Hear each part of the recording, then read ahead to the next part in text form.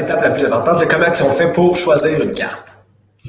Yes. Fait que, en passant, il y a plein d'autres cartes que ça là, dans la vie. Il y en a des centaines au Canada, mais il y en a très peu là, qui ont des bonnes offres de primes de bienvenue, donc peut-être quelques dizaines. On va t'envoyer aussi notre classement de toutes les meilleures cartes au Canada, si tu préfères regarder par toi-même. On t'encourage, c'est toujours bien. Comme exemple, si tu veux pas des points compliqués, puis tu veux pas dépenser beaucoup, la Scotia Hawk, j'ai mentionné tantôt, tu mets 1000$ dessus en 3 mois, c'est très très facile. Tu as 350$ purement gratuit, puis tu peux appliquer ça à n'importe quelle dépense de voyage, t'as pas besoin de te casser la tête, n'importe quelle dépense de voyage. Ça, c'est super simple. Mais bon, c'est sûr que ça, c'est 350. C'est même pas la moitié du 700 de la Marriott. Fait que c'est ça aussi, là. C'est toujours ça. Plus simple, moins de valeur un peu. À toi de voir. Donc, comment tu vas te concentrer aux cartes, là? Évidemment, la première chose qu'il faut décider, c'est tu veux-tu des points Aéroplan ou Marriott? Si tu veux t'en tenir à ces 4 offres records-là. Marriott, très simple. Tu regardes les choses qu'on va t'envoyer, les hôtels que tu pars 15 nuits, les hôtels tu peux avoir 9 nuits. Si tu as un endroit là-dedans qui t'intéresse, que tu as le goût d'aller, que tu es flexible, c'est sûr que c'est un très très très bon choix, tu vas avoir beaucoup de nuits gratuites. Surtout si tu es capable de trouver des vols qui sont pas chers d'habitude, là, c'est bon là-dedans, tu as un peu de flexibilité.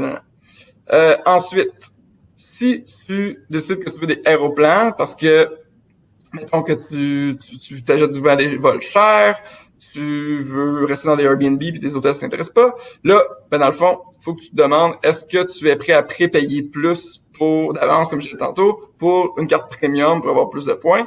Ça, c'est la première question. Voilà. Donc, si tu veux des hôtels gratuits, comme je disais, c'est Marriott. Ensuite de ça, si tu préfères des points Aéroplan mais que tu n'es pas prêt à prépayer beaucoup, ben des vols courte distance, vols champ d'argent, la carte Aéroplan de base.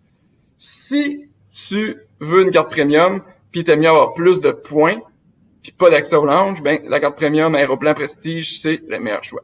Finalement, si tu préfères avoir l'accès illimité au lounge, là, c'est évidemment avec la platine que tu as. Puis la platine, elle a 2 avantages, juste noter brièvement, c'est que si tu préfères un crédit voyage simple, la platine te permet ça. Le problème, c'est que ça va perdre un peu de valeur, là, ça va en avoir un peu moins de points, mais c'est quand même possible, tu vas pouvoir appliquer ça à n'importe quelle dépense de voyage. Puis, l'autre option, c'est que si jamais tu veux des points de Marriott, mais que tu veux des lounges aussi, tu peux aussi transférer tes points de la platine à Marriott. Le taux de transfert est un peu moins bon. Encore une fois, tu perds un peu de valeur, mais si c'est ça que tu préfères, sont tes habitudes, ta situation, c'est possible.